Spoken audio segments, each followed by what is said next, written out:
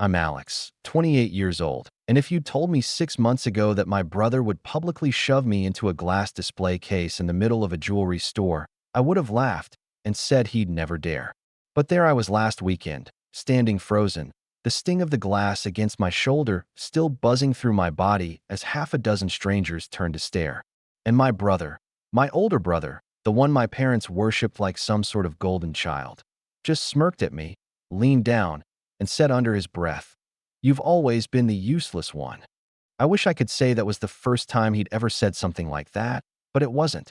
This was just the first time he'd said it loud enough for other people to hear. And maybe that's why this moment felt so different. Something in me just shifted. Let me back up, because this didn't start in the jewelry store. My brother, Ethan, is 2 years older than me and has been the center of attention for as long as I can remember. He was the star athlete, the one who brought home medals and trophies, the kid who my parents bragged about to their friends at every family barbecue. Meanwhile, I was the quiet one, the one who liked books and chess, the one who would rather build something in the garage than go out and party. My parents didn't hate me, at least I don't think they did, but it was obvious where their admiration went. When we both became adults, things didn't change much. Ethan went into sales, got a job at a big company through one of Dad's friends, and started posting Instagram photos of expensive dinners and rented sports cars like he was living in a movie. I worked my way up at a small but growing tech startup, living modestly and quietly. I didn't feel like I needed to compete with him. Not until last year. Last year, I got a promotion. A big one. It came with a huge salary bump and equity in the company, which was doing incredibly well. For the first time in my life, I wasn't just doing okay, I was thriving.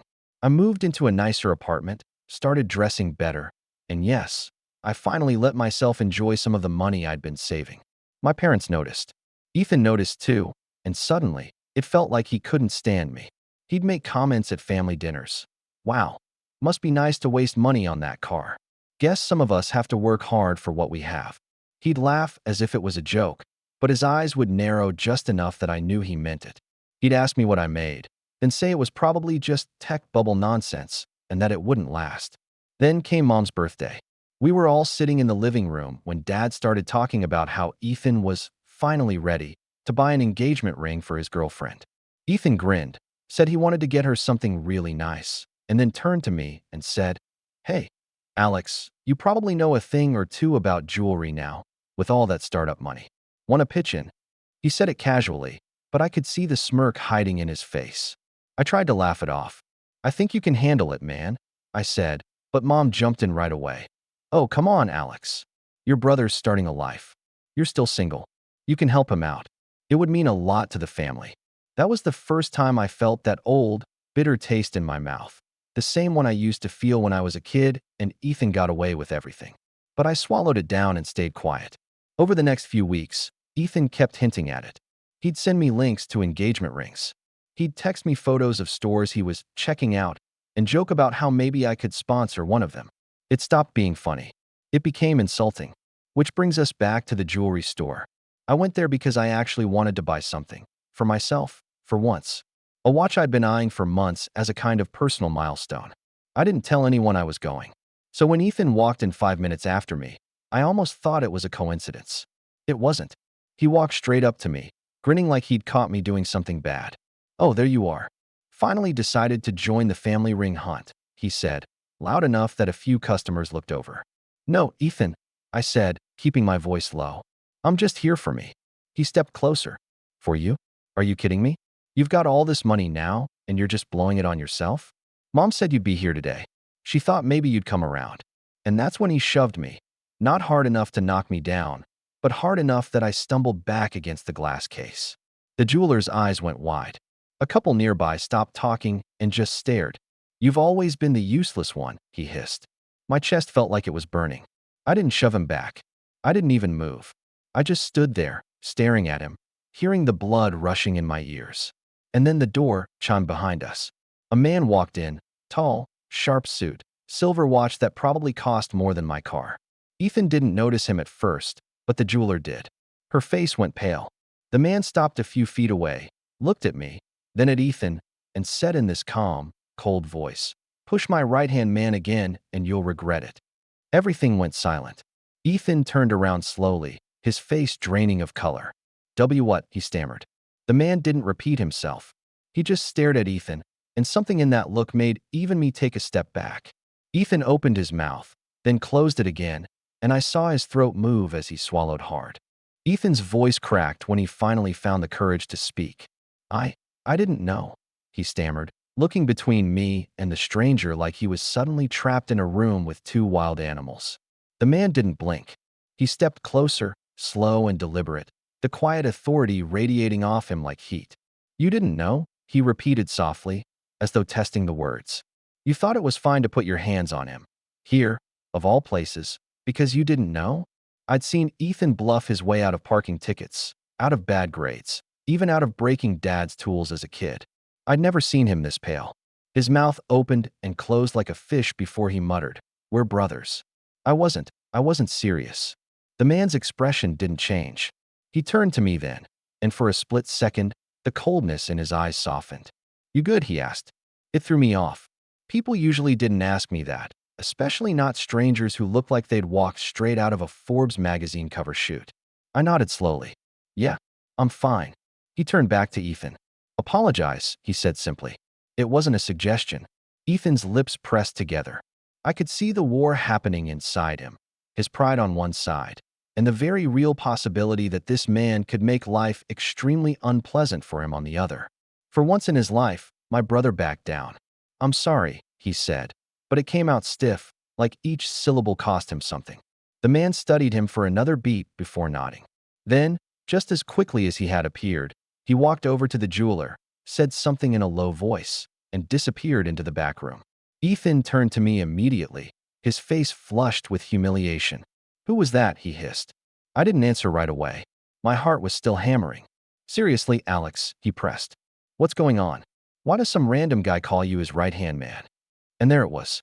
The question I knew was coming eventually, the one I'd been quietly waiting for months to answer. "You really want to know?" I said, my voice calm. "Yes." I glanced toward the back of the store, then back at him. "That wasn't some random guy, Ethan. That was my boss. And this store? Our company owns it." His jaw dropped. "What?" he said again, but it wasn't really a question. I could see the math happening in his head, all those snide little comments he'd made about my tech bubble money, all the times he'd called me lucky. He was realizing that whatever picture of me he'd been holding on to, the little brother who never measured up, was completely out of date. Before I could say more, the man came back, holding a black leather box. He handed it to me with a nod. "This is the one, right?" I opened the box. Inside was the watch I'd been saving for. My throat tightened a little. "Yeah," I said quietly. "Good," he said. "Consider it handled." I started to protest. I wanted to pay for it myself, but one look at his face told me it wasn't up for debate. "Thank you," I said instead. He glanced at Ethan one last time. "Take care of your family," he said to me. "But don't let anyone put hands on you again." Then he was gone. The silence that followed was thick enough to cut with a knife. Ethan stood there, looking like someone had just yanked the ground out from under him. "You didn't tell me you were doing that well," he finally muttered. "You never asked," I said. He flinched like I'd slapped him. For a moment, I almost felt bad. Almost. Then he recovered just enough to scowl. "So what? You're too good for us now. That's why you can't help with the ring."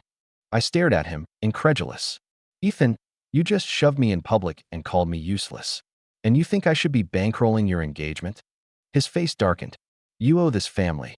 Mom and Dad did everything for you." "Did they?" I interrupted, my voice sharper than I intended. "Because last I checked, everything was about you.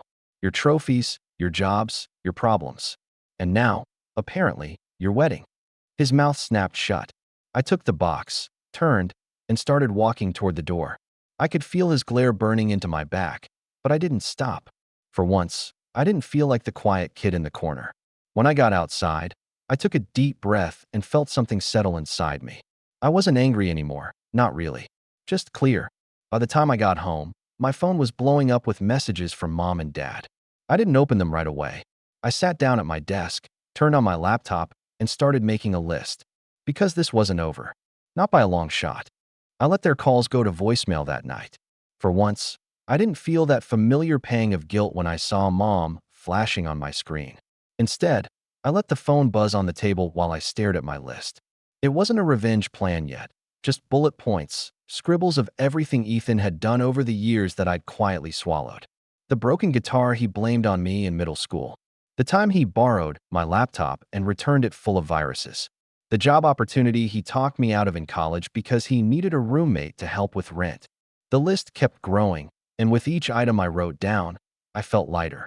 The next morning, Mom's number popped up again. I finally answered.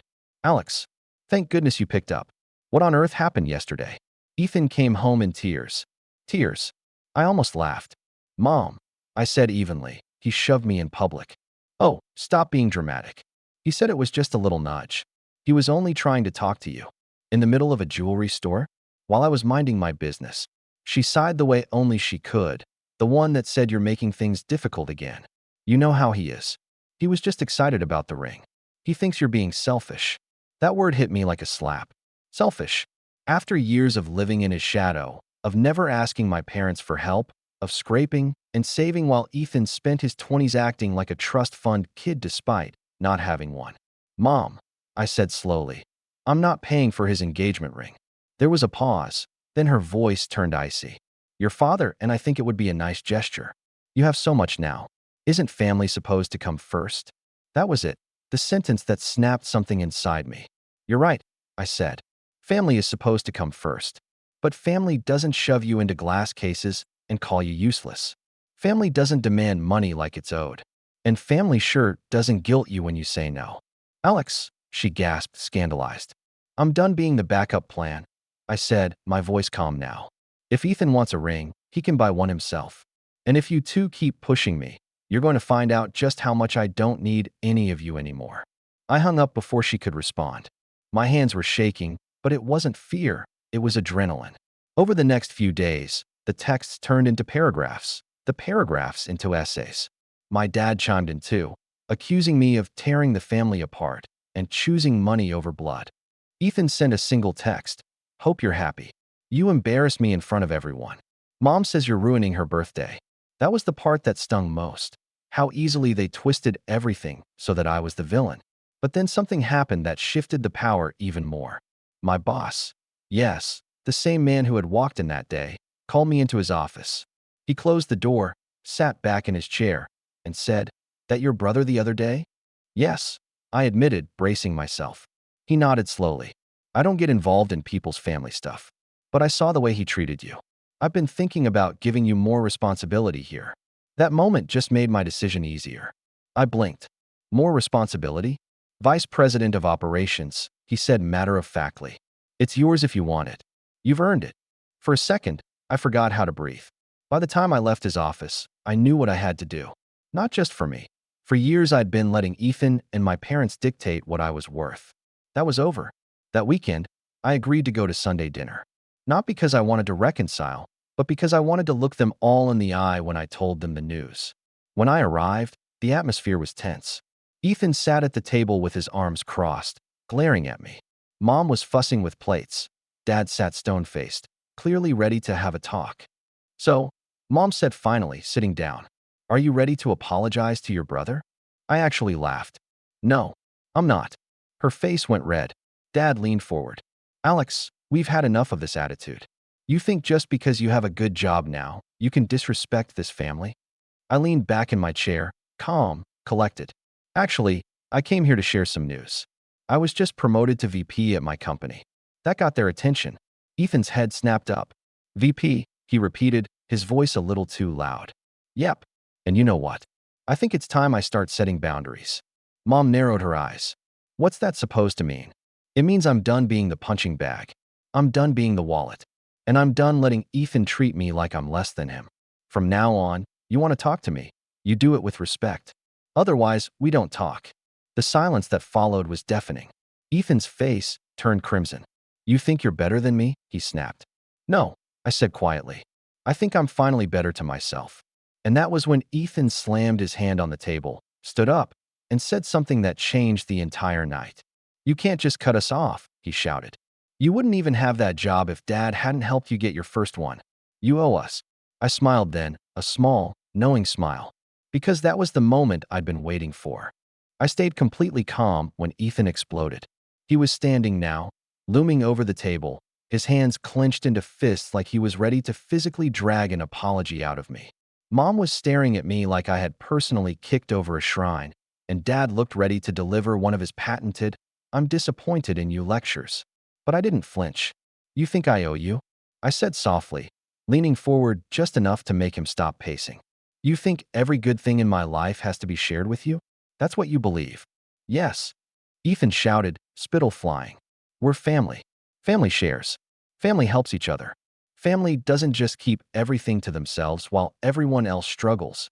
I tilted my head. "You mean like how you've always shared with me? Like the time you borrowed my tuition savings to fix your car in college and never paid it back? Or when you convinced Mom and Dad to ground me for a month because you broke Dad's tools and blamed me?" He froze for half a second, then scowled. "That was years ago. Why are you still holding on to that?" "Because it's a pattern, Ethan," I said, my voice steady now. "You've been taking from me since we were kids. My time, my money, my peace. And Mom and Dad have always let you." Mom gasped. "Alex, we never." "You never stopped him," I interrupted, locking eyes with her. "You always made excuses. That's just how brothers are. You know how he is." "Well, you're right. I do know how he is.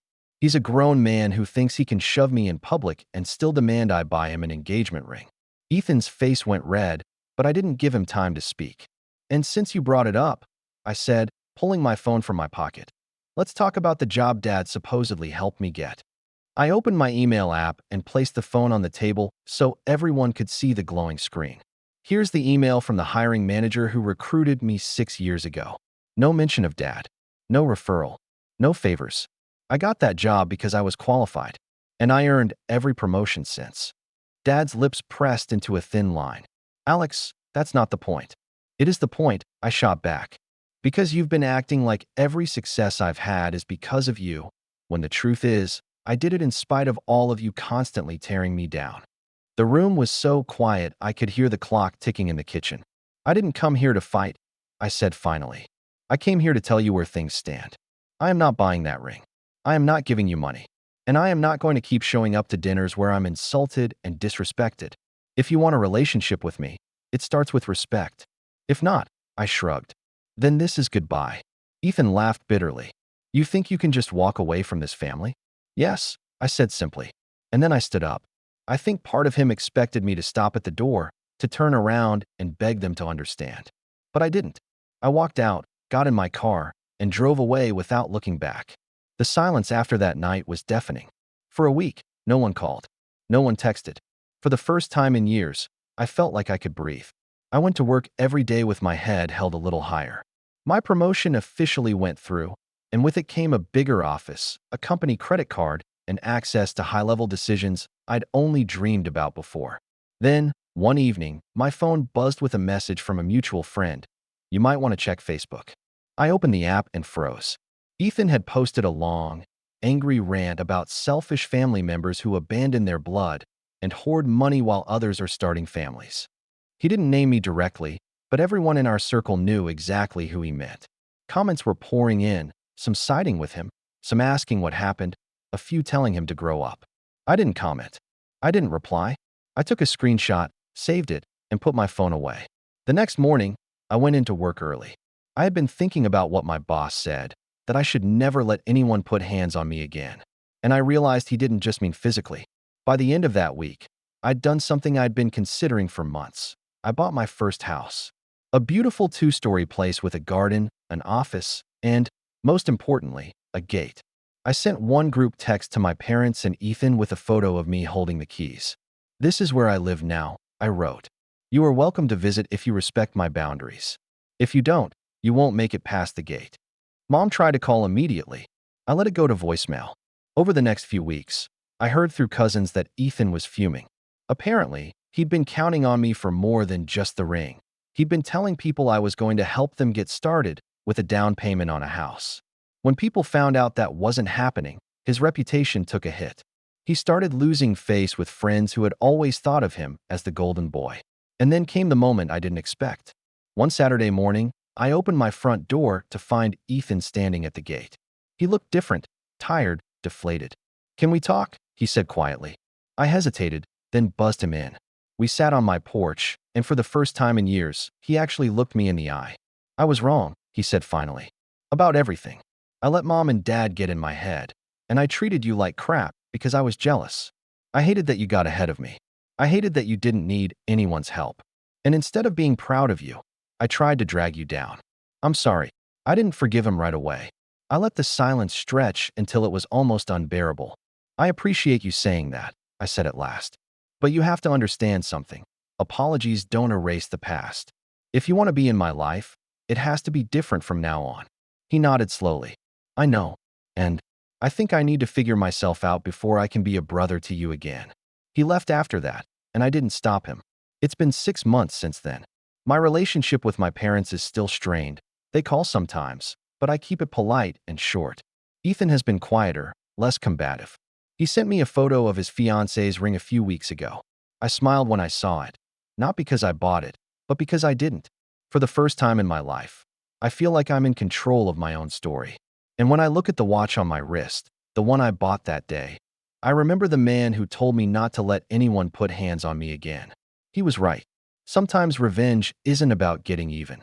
Sometimes it's about walking away, building something better, and letting them sit with the fact that they no longer get to hurt you. And that's exactly what I did. Let me know your thoughts in the comments below.